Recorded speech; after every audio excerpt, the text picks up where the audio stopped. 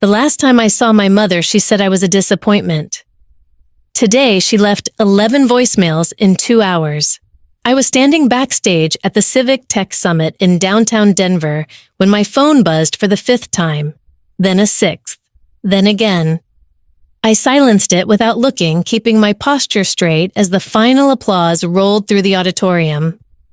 My part in the panel was done 45 minutes of back and forth about data equity in public schools and how nonprofits like mine were bridging the gap between underserved communities and modern tech.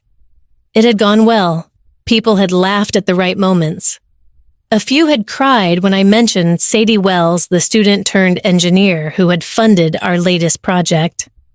And now, behind the curtain, one of the moderators was handing me a paper cup of lukewarm coffee and grinning. "Callie Brandt," he said, "I'd kill for your clarity. Does your family ever get tired of bragging about you?" I smiled steady. "They do their best." It was a lie. Polished. Painless. Practiced. I waited until I was in the back seat of the lift before I checked my phone. 11 missed calls. All from the same number. All from a woman I hadn't spoken to in over a decade. The last time I'd seen her, she'd looked me in the eye and said I was throwing my life away. That I would regret it. That I wasn't the kind of daughter people were proud of. Then she had turned her back and left the front door open, wide enough for me to walk out and disappear. I didn't disappear. I built something. Now I was 28, a software engineer, a nonprofit founder, a woman who had started with nothing but a laptop and a locked duffel bag and carved a path to somewhere her parents never expected her to go. I lived alone in a condo I bought last fall, drank overpriced tea from the farmer's market on weekends, and employed 12 people who called me boss with varying degrees of affection. My work focused on educational technology for low-income schools. My platform Bridgeworks was being piloted in 3 states. My name had been printed on grant checks and conference badges and whiteboards where the word founder sat next to it, but none of that stopped her from calling, not even the silence between us. I put the phone down on the kitchen counter and stared at it for a long time. Then I opened my laptop and typed a few notes from the panel just to settle my hands. I could already hear her voice in my head. Not how it sounded in the voicemails, but the old version, the one etched into every memory of my teenage years. "Callie, don't be difficult. Callie, why can't you just be reasonable? Callie, this isn't what good girls do." She had a way of making her words sound like concern. That was always her trick. I clicked open the voicemail list. Didn't play any of them, just saw the timestamps lined up 8/12, 8/16, 8/27, 8/29. Most people would take a hint. Not her. I hadn't heard from her since I turned 19, when she sent me a birthday card that arrived 3 weeks late and was addressed in her secretary's handwriting. I never opened it. I never replied. Now, almost 10 years later, she was calling like nothing had happened. But something had happened. Everything had. I turned away from the screen, poured myself a glass of water, and leaned against the counter, letting the cold stem of the glass anchor me. My name is Callie Brandt. I grew up in Boulder, Colorado, in a house with a perfectly trimmed lawn and a mother who cared more about appearances than people. My father was a finance consultant who used words like long-term yield at dinner. I had an older brother named Dorian who they treated like royalty and a college fund set up in my name that my grandparents left me before they died. I used to think that meant something, that maybe I was loved enough to be planned for. I was wrong. I was 16 when I found out the fund was gone, that my parents had drained it to pay for Dorian's early admission to medical school and a quarter share in a vacation cabin they planned to flip as a retirement project. The worst part wasn't the money, it was how they told me. Like it was practical, logical, like I should be grateful they even told me at all. My mother sat me down and explained it the way she explained everything, like I was being unreasonable for wanting what I was promised. We had to make a decision, she said, and your future doesn't have to be expensive to be meaningful. You're bright. You'll figure something out. Or better yet, find someone who believes in you and settle down. Isn't that the dream I remember looking at her blinking slowly and realizing two things at once? First, that she meant it. And second, that whatever dream she had for me, it was never mine. That night, I packed a duffel bag, my laptop, my flash drive, 2 sweatshirts, and the envelope with my social security card that I had taken from the family safe 6 months earlier when I first started feeling like something wasn't right. I didn't cry, I didn't scream, I just walked out through the garage at 11:47 p.m. and never looked back. I didn't call them, I didn't need to. They filed a missing person report 3 days later, claimed I'd run away, left out the part where they told me to be smart and stay quiet, left out the argument, the threats, the way my father said, if you can't follow our plan, you can find your own way out. So I did. I built something better. 12 years later, I hadn't seen their faces. Not once. Not in person. I heard about them sometimes through distant relatives, old classmates, Facebook posts from my hometown. I heard the business didn't do well, that Dorian dropped out of his residency for personal reasons, that the cabin never sold, that my parents started a family education foundation in Boulder that listed my name on its alumni page. I sent a cease and desist letter, got a 1-line email back. We're sorry if you feel misrepresented. I didn't reply, but now there were 11 voicemails, and that meant something had changed. Maybe it was a health scare. Maybe it was money, or maybe it was just time finally catching up. I closed the laptop. The sun was setting behind the Denver skyline, casting orange lines across the countertop. I hadn't eaten since noon. I didn't feel hungry. There would be time to listen, time to decide.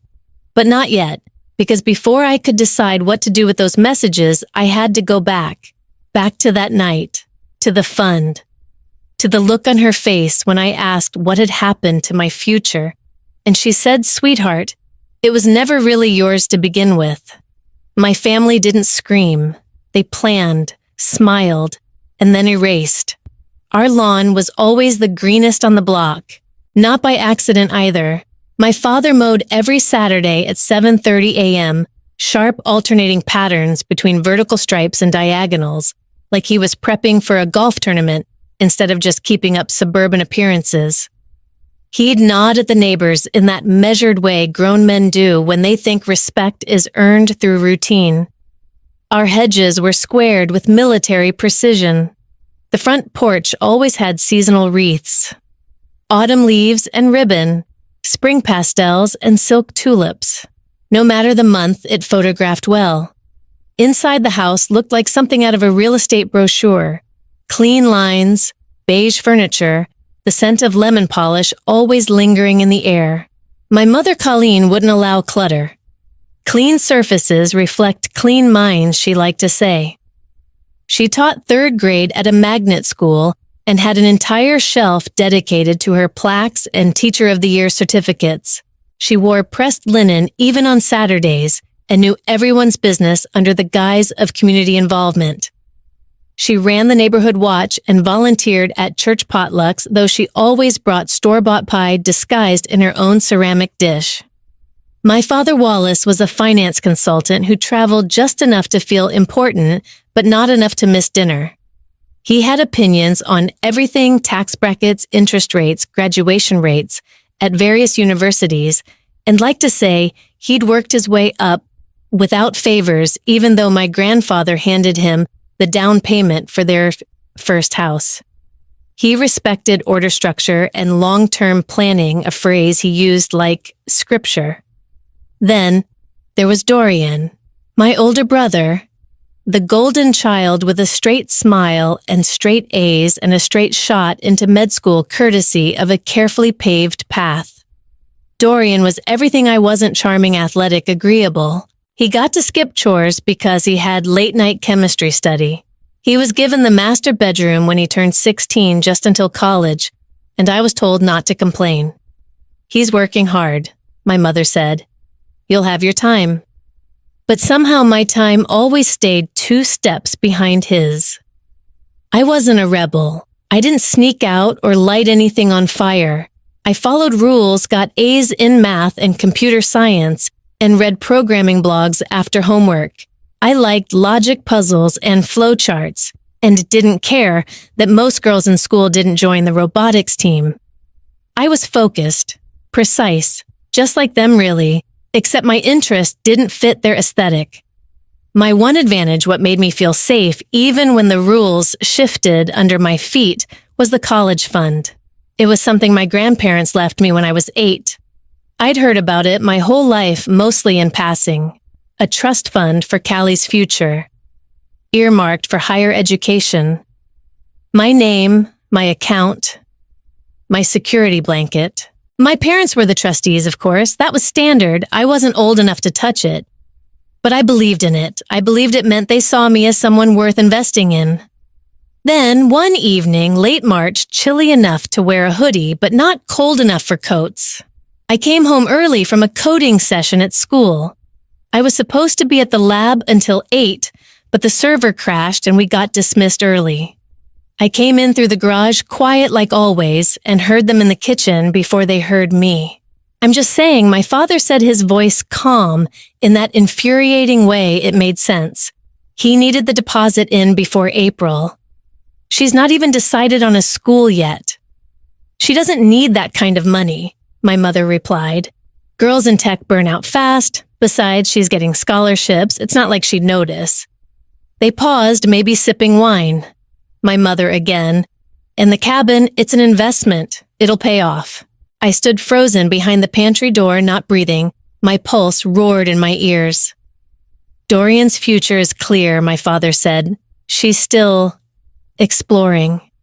Exploring.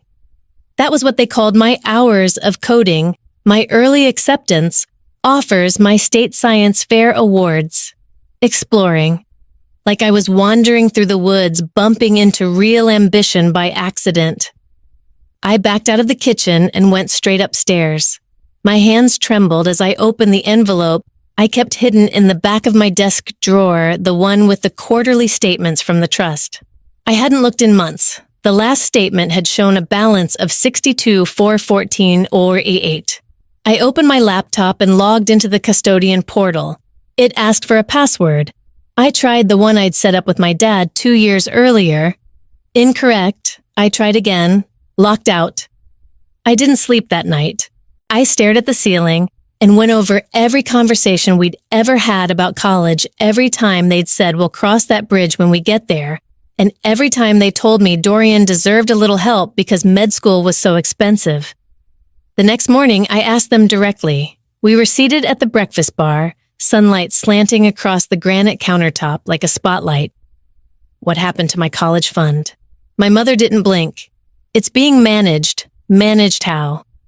She stirred her coffee. Some of it was reallocated. For what? For Dorian's deposit. And we bought a cabin upstate. It's a fixer-upper, very charming. We'll rent it out this summer. My father added, it's all within the bounds of the trust. We're still the legal custodians until you're 18. I stared at them. So you spent it. They exchanged a glance like I was being dramatic. It's not gone, my mother said. And we didn't spend it on nonsense. It's all going toward family growth.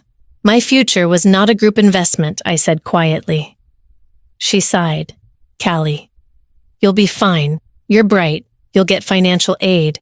Or maybe you'll meet someone who supports your passions. You're very pretty when you try. That was the moment I felt it. Not anger, not grief, but clarity. Like someone had cleaned a window I didn't realize was fogged. I wasn't safe here. I wasn't protected. I was a line item on someone else's spreadsheet, and my worth depended on how efficiently I could be folded into their goals. They didn't scream. They didn't hit. They just made decisions in hushed voices and signed papers I couldn't see and smiled when they told me it was for the best. That night, I stopped being their daughter in the way they understood it. Not with noise, not with a slammed door, just with a decision of my own. If you want to stay under our roof, you follow our plan. Otherwise, good luck.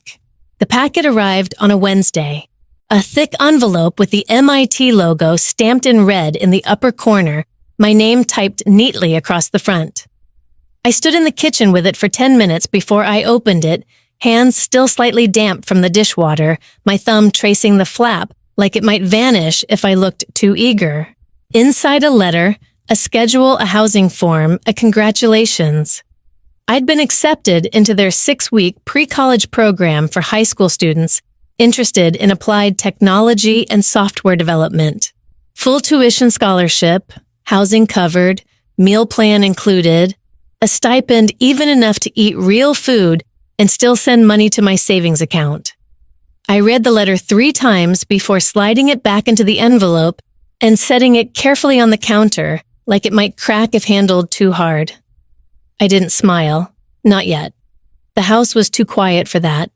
They were in the living room where they always sat after dinner, my father in his armchair with a business journal on his lap, my mother at the end of the sofa with her knitting and a glass of Chardonnay balanced on a coaster. The television murmured in the background, some show with smooth voices and polite applause, the kind they kept on to fill the silence. I waited until the credits rolled. Then I stepped forward and cleared my throat. "I have news," I said. They looked up in unison, not alarmed, just annoyed like I had interrupted the end of a thought. "I've been accepted to a summer program at MIT," I continued, holding up the envelope. "It's competitive. Only a small percentage get in. It focuses on applied software engineering." And how long, my father interrupted. 6 weeks, June through July. "Where would you stay?" my mother asked. "In the dorms," I said. "They cover it. Housing, meals, everything. There's even a stipend. This is a huge opportunity." There was a pause. My father set his journal down. "We already discussed summer plans," he said. "You were supposed to intern with my old firm. Get exposure to practical business experience. Not spend 2 months messing with computers. It's not messing with anything," I replied. "It's engineering. We'll be designing real-world applications, building a portfolio." My mother sipped her wine. "That kind of program sounds intense, stressful, and far from home." "That's the point," I said, keeping my voice even. "This could help me get into a top college. Or even early admission. It's what I've been working toward for years." My father exhaled through his nose, slow and deliberate. "So you applied without asking us?" "I applied knowing you wouldn't support it unless I got in. And now I have." He stood smoothing the front of his slacks like he needed something to control. "Callie, listen. I know you think you've got all the answers right now, but we've lived longer. We've seen how the world works. And this," he gestured toward the envelope. "This is not a smart move. You want to work with technology. Fine.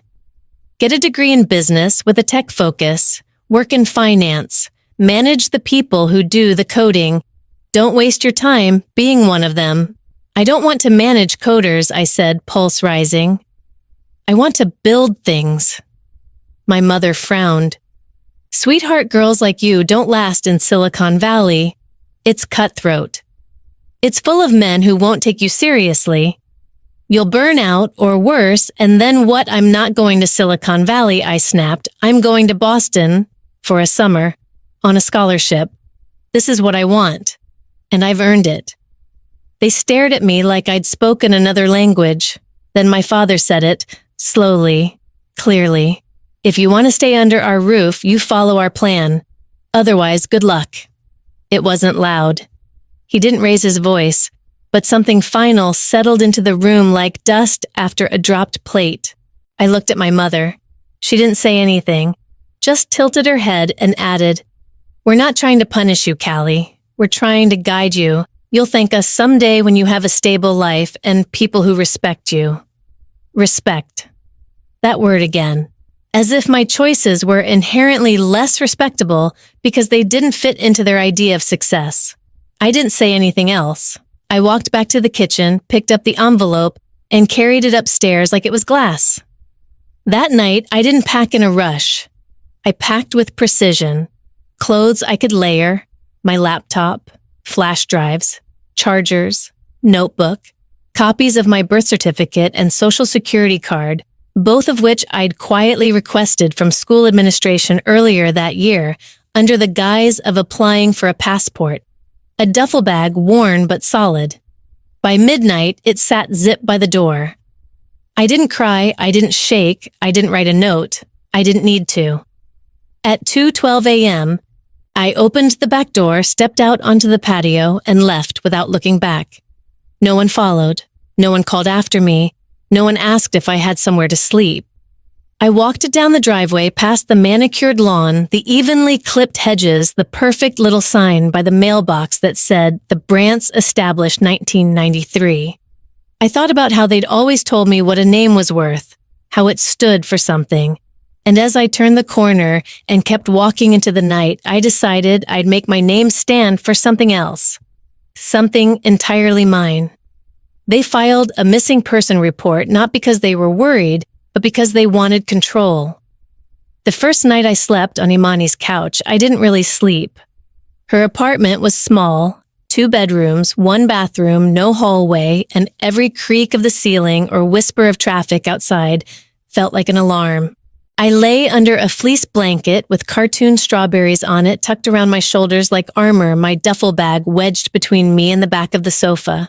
The living room smelled like cinnamon oatmeal and scented laundry sheets. Safe almost, but my body didn't believe it yet. Imani didn't ask for an explanation. She just opened the door when I knocked at 2:47 in the morning, took one look at my face and said, "You can stay here as long as you need, but you're telling me everything when the sun comes up." Imani's mom, Patrice, was a night nurse with a sharp tongue and a soft heart. When she came home the next morning and saw me curled up on the couch with my shoes still on, she raised an eyebrow but didn't comment. Later, over eggs and instant coffee, I explained half the story anyway. Not about the fund, not about the ultimatum, just that I needed space. That I didn't feel safe going home, that I was trying to get to Boston in 3 months and needed time to figure things out. Patrice stirred her coffee, nodded once and said, 10 days. That's what I can give you before this becomes a conversation with rent involved. Imani's room is full, so you get the couch. Keep your shoes by the door. Dishes go in the sink, not around it. You go to school every day, and if you sneak out in the middle of the night again, you better be bringing back groceries. Then she reached across the table and handed me a folded 20 for the bus. I don't know if she meant it to feel like a lifeline, but it did. For a few days, things were quiet. Imani and I walked to school together, pretended nothing was different. After classes, I worked my usual shift at the bookstore downtown 2 blocks from the bus stop under a flickering green sign that read, Leonard's Books and Stationery. I'd worked there since the fall, mostly weekends and a few afternoons, shelving bestsellers, ringing up old women with crossword puzzles in their carts, pretending not to notice when the manager forgot my name. In the evenings, I helped Imani study for her AP history exam. She offered me her old sneakers when mine started to split at the toes. I cooked dinner twice, boxed mac and cheese and scrambled eggs, but still. On the 6th night, I let myself sleep for 5 full hours. That felt like a luxury. And then the police came. It was a Thursday. I was folding flyers for a book fair when someone knocked at the apartment door, 2 sharp raps, no pause. Patrice opened it expecting a delivery. Instead, 2 uniformed officers stood in the hall. "Is Calliope Brant present?" one asked. "We're conducting a wellness check." Patrice blinked. "She's fine. She's in school. We have a report filed by her parents. They're concerned she may be in danger." Imani stepped into the doorway, phone already in her hand. "She's not. And we can prove it." She opened her photos, app pulled up the selfies we'd taken that morning before school, me half asleep, her grinning with a banana in one hand and a hairbrush in the other. Then the texts, timestamp messages from me to Patrice, letting her know I'd be home late, messages to Imani about calculus homework, screenshots of my work schedule. There was even a video from 2 nights earlier, me laughing on the couch holding a mug of tea saying, If I read one more essay about the American dream, I'm going to scream. The officers hesitated. One of them stepped back and called dispatch. I stood in the hallway, stomach twisting. I could see it all playing out, the report that said run away, the assumptions that I was unstable, rebellious, possibly being coerced. That's how my parents would frame it. Not a girl choosing her own future, but a girl slipping, out of line, out of their reach. Eventually, the older officer returned. She's not a minor by state law, 16 and legally enrolled. As long as she's not in danger, we can't take her home without consent. He looked at me. You okay, Miss Brandt? I nodded. Yes, sir. They left without incident. But the pit in my chest stayed. That night, Patrice sat me down with the lease agreement and explained again 10 days. Not because she didn't care, but because she was raising 2 girls on 1 paycheck and couldn't risk anything getting formal. I understood. I doubled my shifts at Leonard's, asked for the night slot, applied for every local scholarship I could find. And every evening after work, I took the long way back, looping through the old part of town where the houses were small and the porches cluttered with mail. One afternoon, while walking past a bungalow with a crooked gate and a blue mailbox, I saw a flyer pinned to a lamppost room exchange, available help, wanted tutoring, light housekeeping. Mature applicants only. The contact name was handwritten, Ms. Eldon, 303, XXX. The name clicked, Ms. Irene Eldon, retired math teacher from my middle school. Wore brooches, smelled like peppermint, strict but fair.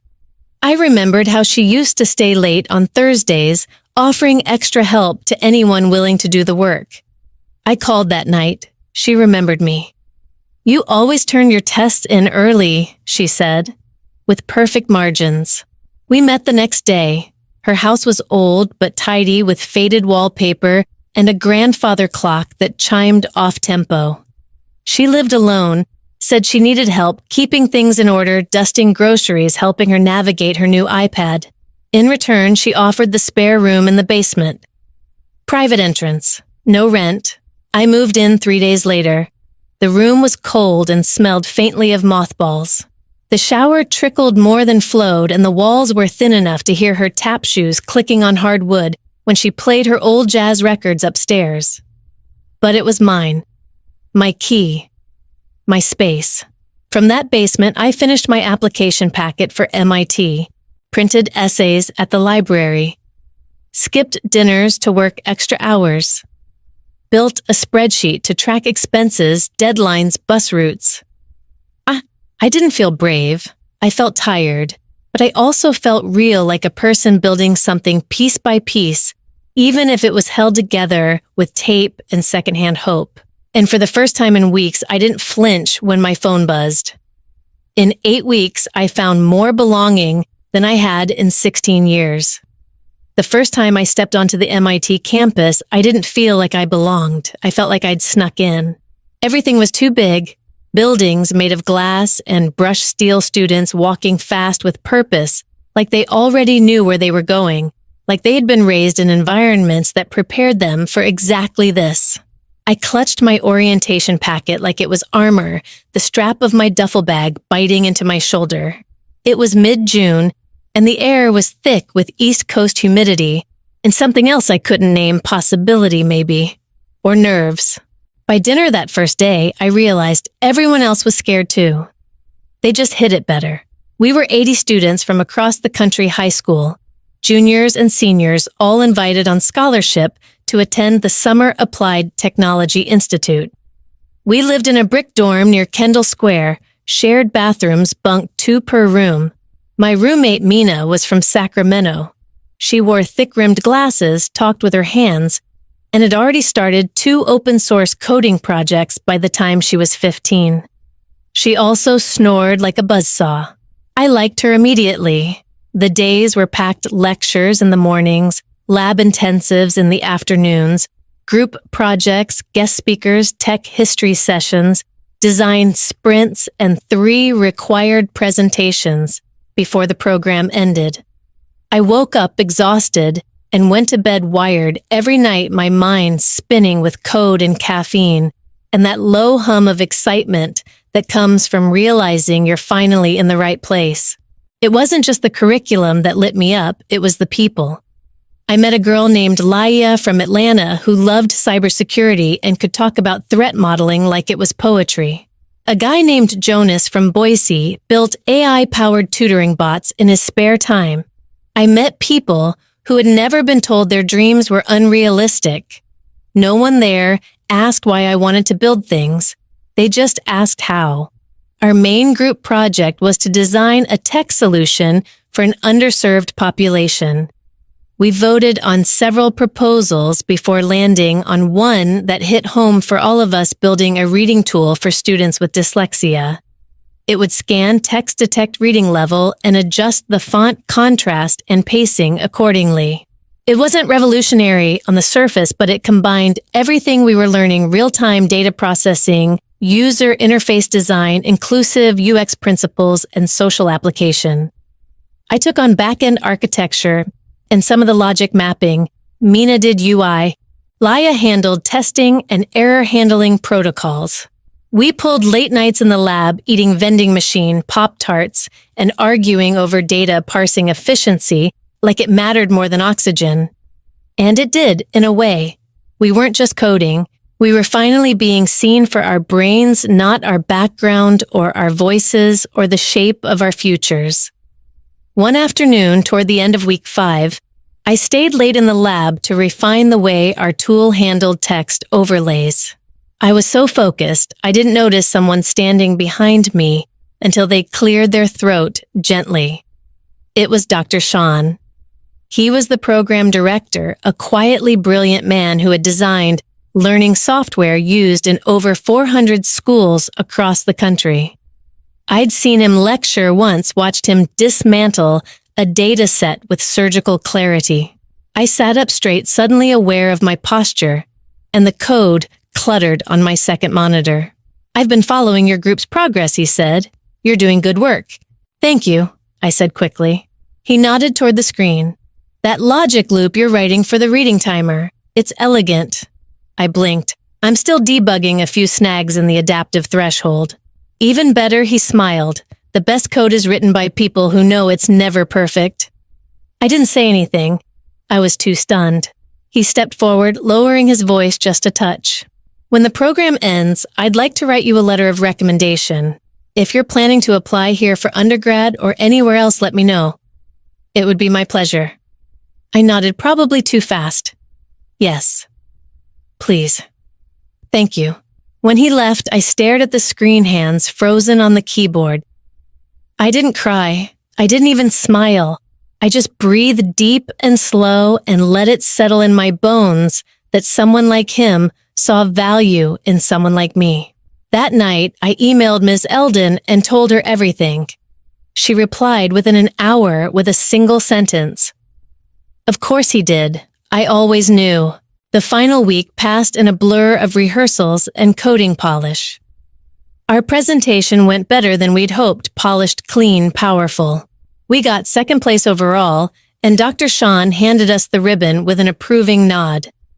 After the ceremony, we gathered in the dorm lounge, me, Mina, Leah, Jonas, and a few others who had become something like family in those short 8 weeks.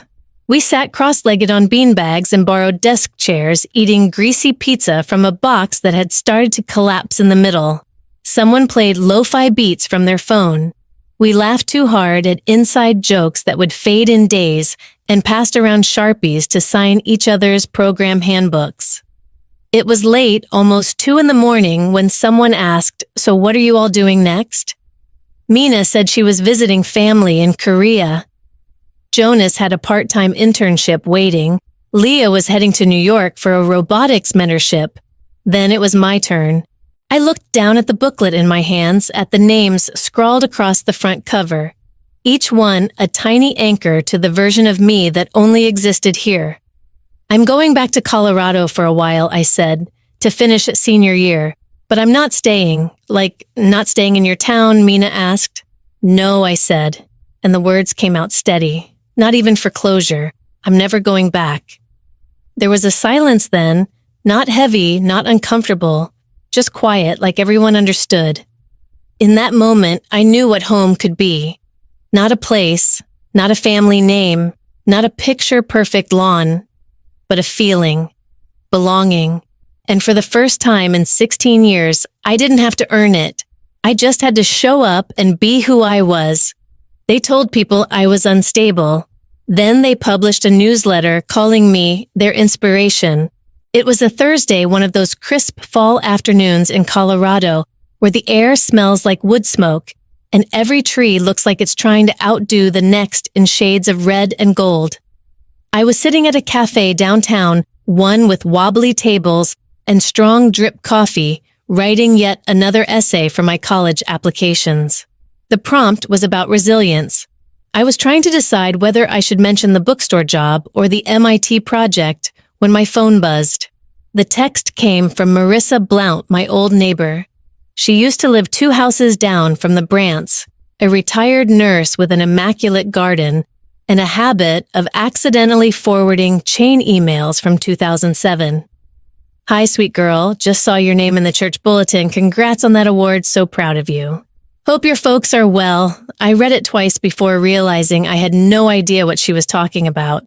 I hadn't received any awards lately, and I definitely hadn't been in any church bulletins.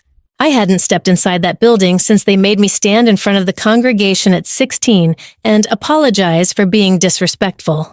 My crime, disagreeing with my father in Sunday school. I texted back cautiously. Hi, Marissa. What did the bulletin say exactly? She responded a few minutes later with a photo, blurry, tilted, but clear enough there it was in black and white. Congratulations to Calliope Brandt, an alum of our youth programs, and a shining example of the Brandt legacy of excellence. Currently applying to top engineering schools, she remains an inspiration to all young women in STEM.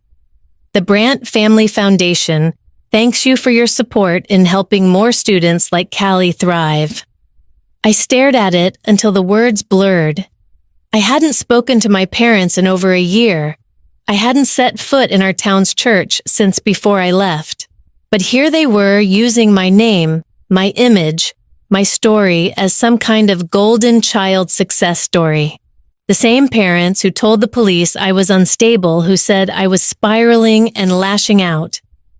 The same parents who laughed when I said I'd apply to MIT. I pulled up the website listed at the bottom of the bulletin. It was new, slick, professional, full of stock photos of smiling students. At the center was a community spotlight section featuring a slideshow with testimonials from past program participants. One of the slides had my face cropped from an old yearbook photo next to a quote I had never given. STEM changed my life. The Brandt Foundation helped me find my voice. I closed the laptop before I could throw it across the cafe. I spent the next hour pacing the sidewalk outside Cold Coffee, forgotten on the bench, rage fizzing just beneath the surface. It wasn't just the audacity, it was the rewrite. They were scrubbing the real story and replacing it with something easier to digest. No estrangement, no betrayal, no girl who packed her bags and left in the middle of the night. Just the polished product of their parenting. I called Ms. Eldon. She listened quietly as I vented. When I finally paused, she said, "You always had a gift for telling the truth, Callie. Maybe it's time you use it." The next morning, I submitted an op-ed to a regional tech publication. Not a rant, not revenge, just a truth piece about what it means to be erased and repackaged about how girls in STEM are often claimed by people who never believed in them to begin with. I didn't name my parents, but I described the church bulletin, the quote I never said, the foundation I never consented to be part of. It went live 3 days later under the headline, "What It Really Takes to Raise a STEM Girl and What Happens When You Don't." By the end of the week, it had over 22,000 shares. A mentor from the MIT summer program messaged to say, "Powerful piece. Let me know if you ever want to talk advocacy." A professor from UC Boulder emailed offering to connect me with their Ethics in Tech speaker series. Even Mina texted, "You wrote the article I always needed when I was 14. Proud of you. Not everyone liked it, A few anonymous comments said I was ungrateful and should have kept family matters private. I ignored them, but the best response came 2 weeks later when I received a letter in the mail. A formal notification from the State Nonprofit Bureau confirming my request to file a cease and desist order. The Brandt Foundation was legally barred from using my name, likeness, or story in any promotional or fundraising materials. I read that letter 3 times before folding it carefully and placing it in a plastic sleeve in my college binder. Not because I needed proof, but because for the first time, I'd rewritten my story back into my own hands. I wasn't the cautionary tale they told the church. I wasn't the prop they used to raise money. I wasn't a girl they guided toward greatness. I was a girl they tried to erase. And I had just made myself impossible to forget. He said he didn't know, but his name was on the cabin deed too.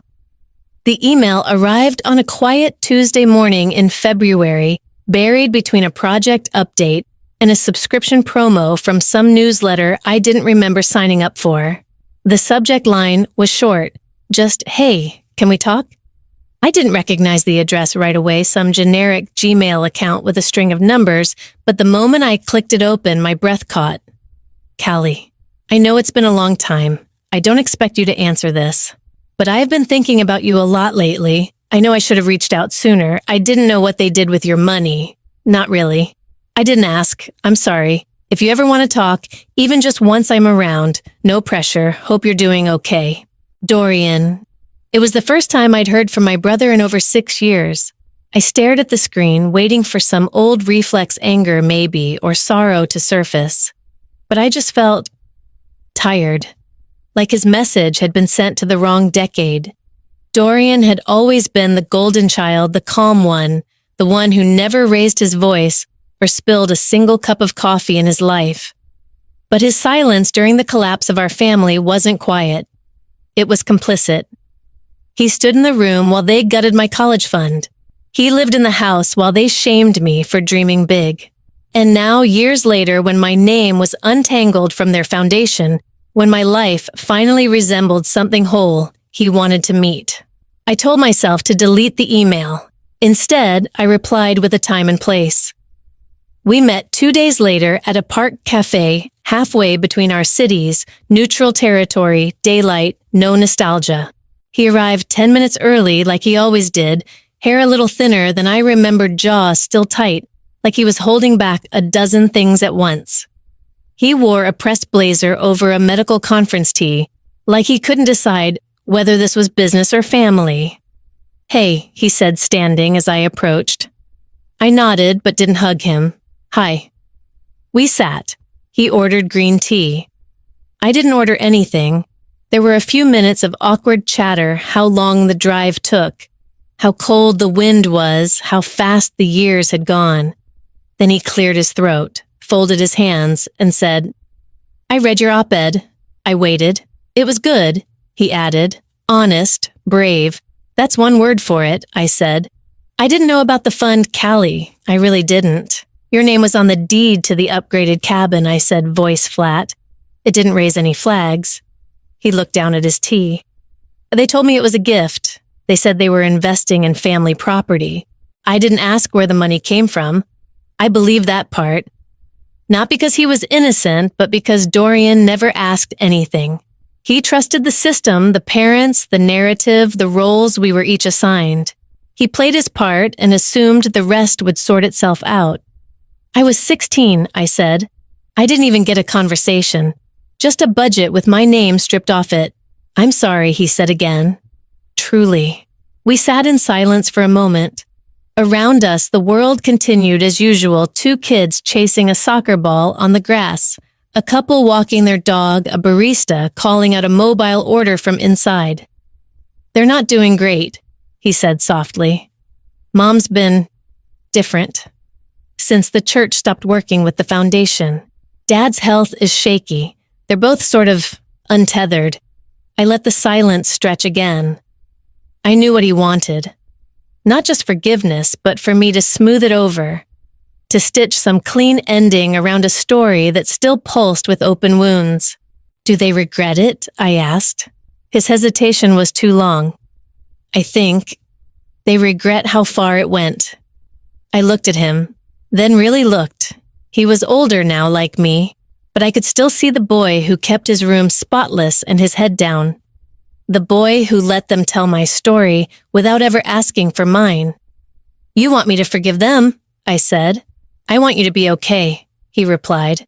I want all of us to be okay. They're not doing great, I repeated. But they're not doing honest either. He didn't argue, just sighed long and quiet. I had to unlearn everything they taught us, I said, about what success looks like, what love looks like, about who deserves to belong. I know, he said. We sat for a few more minutes. He didn't try to guilt me. He didn't try to justify anything further. And maybe that was the best apology he was capable of. When I stood to leave, he did too. If you ever want to talk again, he said. I'll let you know, I said. I didn't promise anything, but for the first time, walking away from Dorian didn't feel like abandonment. It felt like clarity. The investor asked about my father by name. That's when I knew he'd tried to stop me again. By the time I was 24, I thought the worst of it was behind me. I had degrees, a growing reputation in edtech, and a mission that felt bigger than my own story. My startup, ParityNet, was small but gaining momentum. We built modular learning platforms for schools that couldn't afford traditional hardware. Low bandwidth, offline compatible, community-sourced content. Our pilot programs in Nevada and rural New Mexico had shown promising results, and I was finally ready to take it to scale. I'd spent the last 3 weeks prepping for this meeting. The firm was mid-tier, but reputable Brightwater Ventures known for backing cause-driven early-stage tech. We were pitching for a $400K seed round, just enough to expand our dev team and get 5 new districts online by fall. The conference room had sleek furniture and minimalist art. I wore a navy blazer over a pressed button-down, my hair tied back in the low bun I defaulted to for credibility. My co-founder Leland had flown in from Denver that morning, visibly wired from too much coffee and not enough sleep. Across from us sat 3 partners, 2 women, 1 man. The women were attentive, nodding occasionally as I presented. The man, Gregory Hartman, according to the dossier I'd prepared, leaned back in his chair, arms crossed. 15 minutes in, he raised a hand. Impressive mission, he said. But I have to ask, do you feel emotionally prepared to handle this kind of scale? I blinked. I'm not sure I follow. Well, he continued, flipping casually through the slide deck. You mentioned your background in the opening. Small town roots, big scholarships, early independence. That's a lot of early pressure for someone in their 20s. And frankly, there's been talk. He smiled like it was a compliment. Just some chatter in the network. Your father, Brant, correct, worked in finance if I remember. He and I overlapped at TriWest briefly. There it was, like a crack in the window I hadn't noticed now, letting in a bitter draft. I kept my tone even. Yes, that's correct, though we're not in touch. He said, not looking at me. Well, he has some strong opinions. Raised a few questions about your readiness, your temperament. I think it's fair to say we'd want more clarity before discussing terms. Temperament, readiness. The words rang in my ears like a gavel, one I didn't even know was still hanging over my head. I felt Leland shift beside me, confused. I finished the pitch. I answered the follow-ups. We left the building with polite smiles and handshakes. And once we were in the elevator, I didn't say a word until we hit the street. What the hell was that, Leland asked. Did that guy just name drop your dad? Like it was some kind of character witness? I nodded, jaw tight. You told me you were estranged, he said more gently now. But I didn't realize that he'd still be talking, I replied. Neither did I. That night, I went back to my apartment and sat at the edge of my bed staring at my laptop without really seeing it. We'd worked for months on that deck, dozens of hours building traction slides optimizing our ask. None of it mattered. One old connection, one whispered opinion, one man with a long memory and a short understanding of context. I nearly clicked on the doc labeled Contingency Paused Expansion Plan. Instead, I opened my inbox. There was one new message, subject line, "Read your op-ed 2 years late. Let me know if you're still building." It was from Dr. Shan, the MIT program director from years ago. I hadn't spoken to him since he wrote me the letter that helped secure my first scholarship. I had no idea he even remembered me. His message was short. "Callie just came across your piece in Tech Narrative Weekly from 2021. Excellent writing. Saw your name again while researching adaptive learning systems for a foundation partner. If you're still doing this work, I'd like to help. We just launched an initiative for scalable, low-cost infrastructure in underserved school districts. Let's talk." T.S. I reread it 3 times. 2 days later, we Zoomed. I walked him through our pilot results, our back-end systems, the reason we designed the platform to be locally maintainable. He nodded. "It's clean, purposeful. You thought about longevity." I paused. "Is that surprising?" "Only to the people who haven't had to fight for access," he replied. "You clearly have." By the end of the call, he connected us with Sage Equity, a private fund partnered with his foundation. They didn't ask about my father. They didn't want a character reference from anyone but our users. 6 weeks later, we received a $500K commitment plus access to their advisory network of education leaders.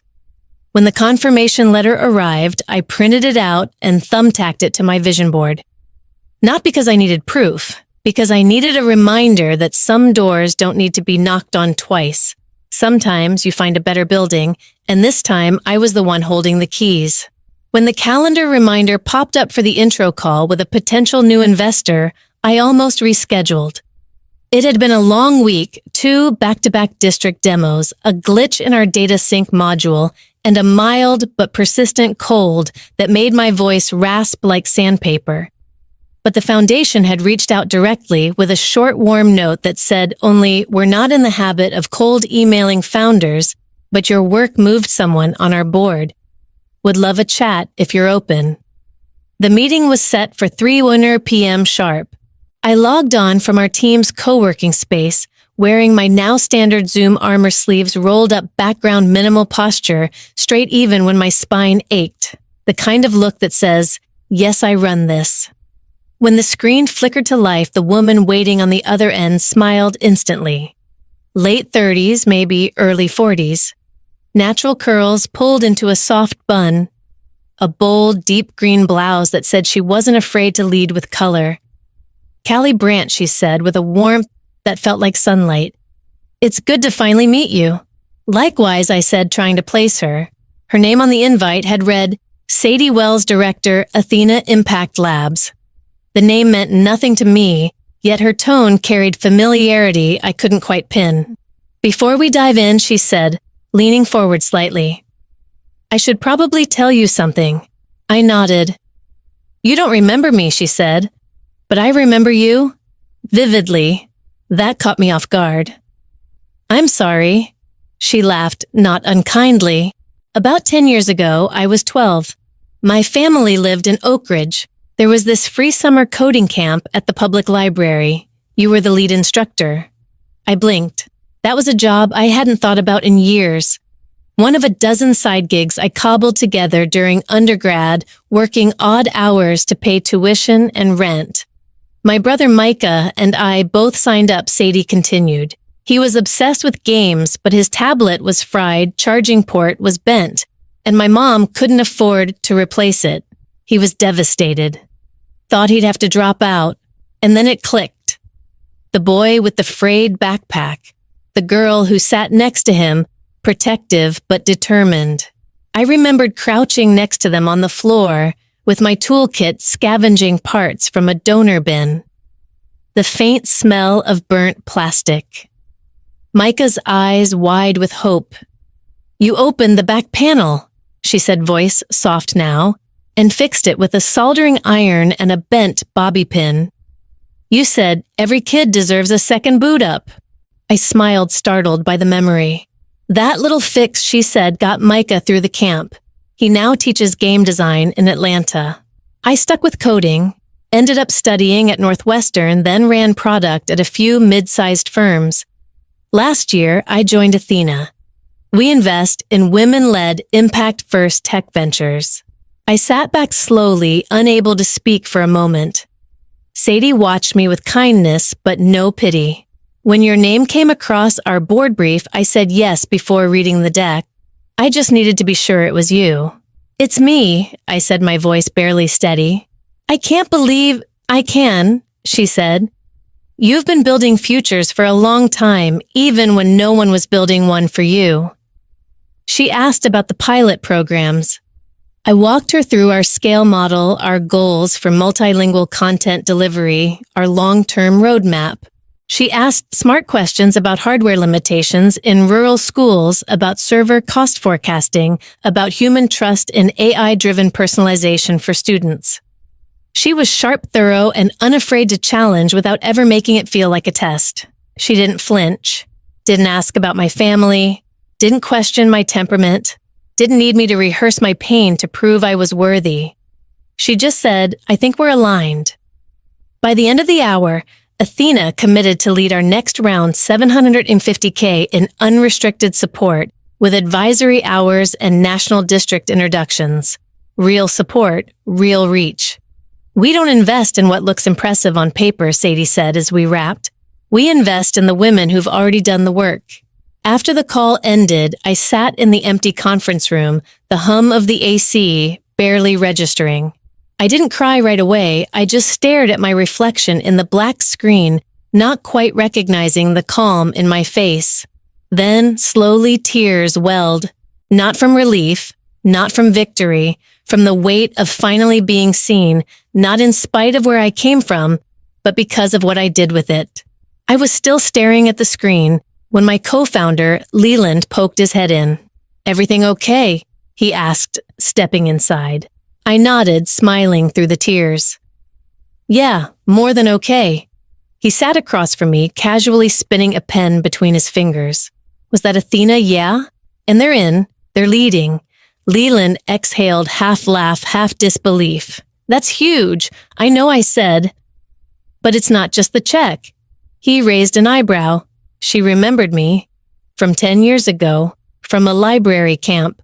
Leland didn't need me to explain further. He just nodded quiet. Sometimes I said you throw something small into the world, affix a word a moment. And years later, it comes back bigger than you imagined. We sat there a while, not talking, just breathing.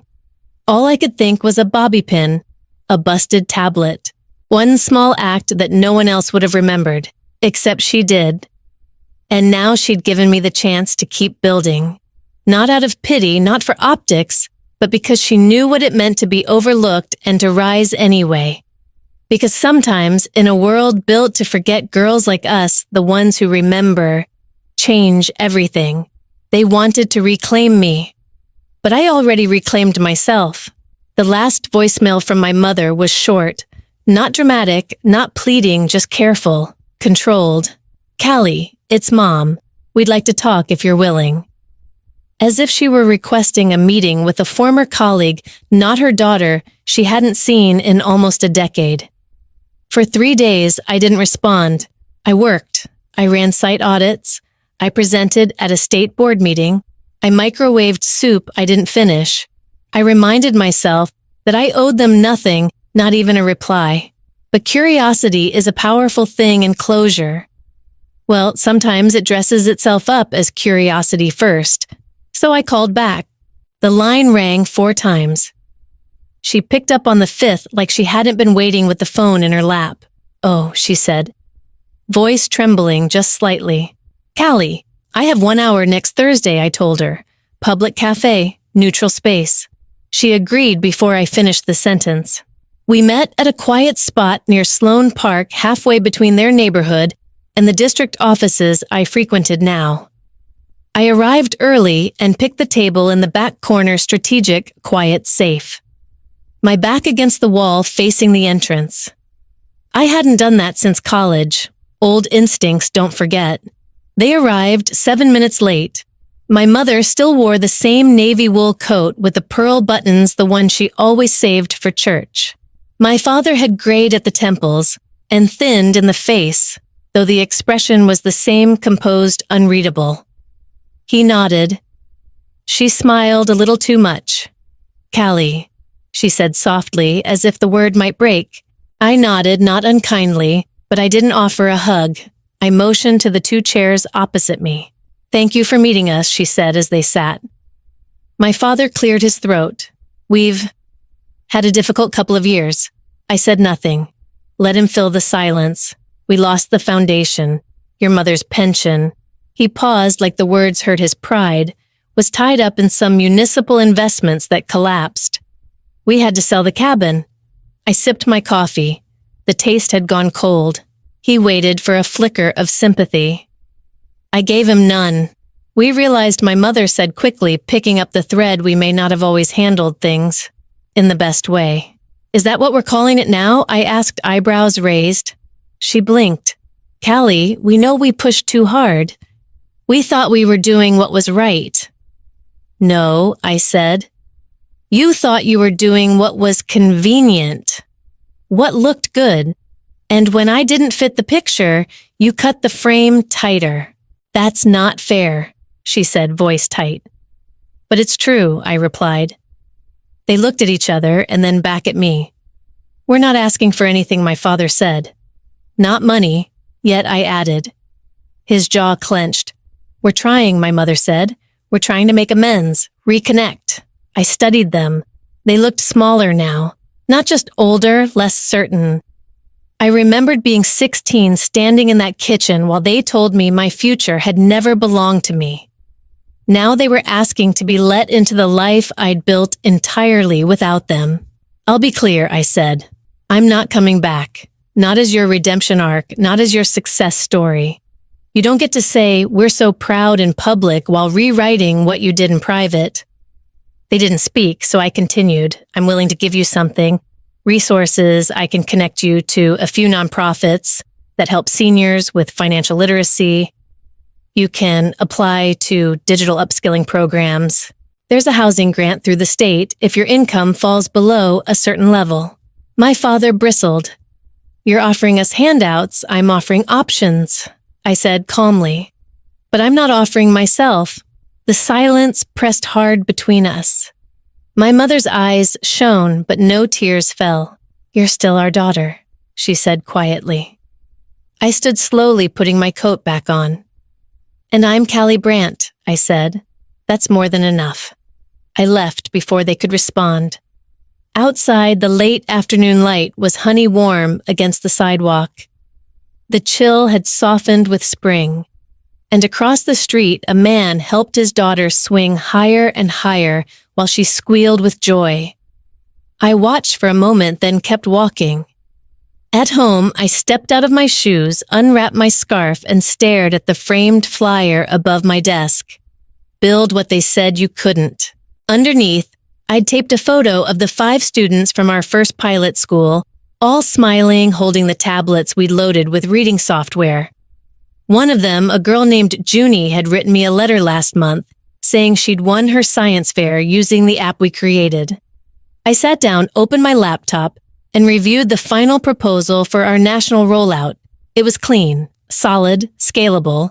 I emailed it to Sadie with the subject line, "Ready when you are." Then I paused, opened a new document, and I wrote the words. "When I was 16, my parents spent the trust fund my grandparents left me without telling me.